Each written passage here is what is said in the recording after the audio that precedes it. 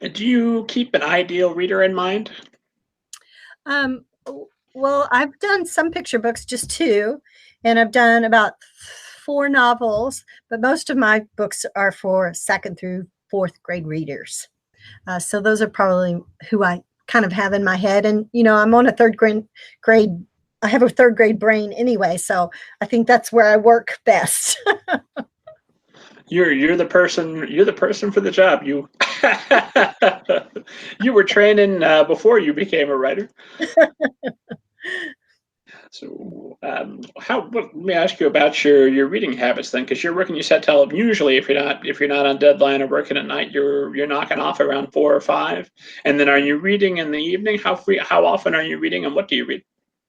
Oh, I read pretty much everything. I like to keep up on new children's books and books by my friends, and uh, I don't read as many adult books as uh, I should, but I have a guilty pleasure. I do read some Christian romance, because Can you give us a couple of your favorites?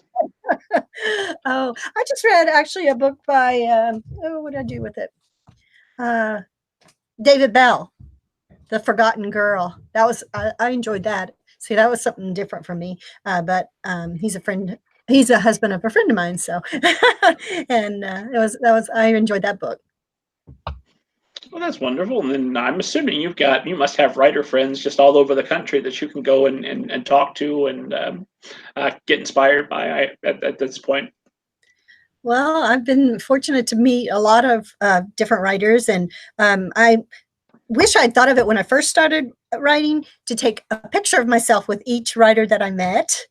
I did start doing that, and I put it on my, I have an album on my website, debbydadey.com, and being with different authors. So that I wish I'd done it when I first started. So that would be advice. When you first start writing, every time you meet an author, take your picture with them, so you'll have that for posterity. Well, I just do an entire podcast episode with them. There we go. There you go. I'm going to remember my chat with Debbie Dadey. You're much more technical than I am.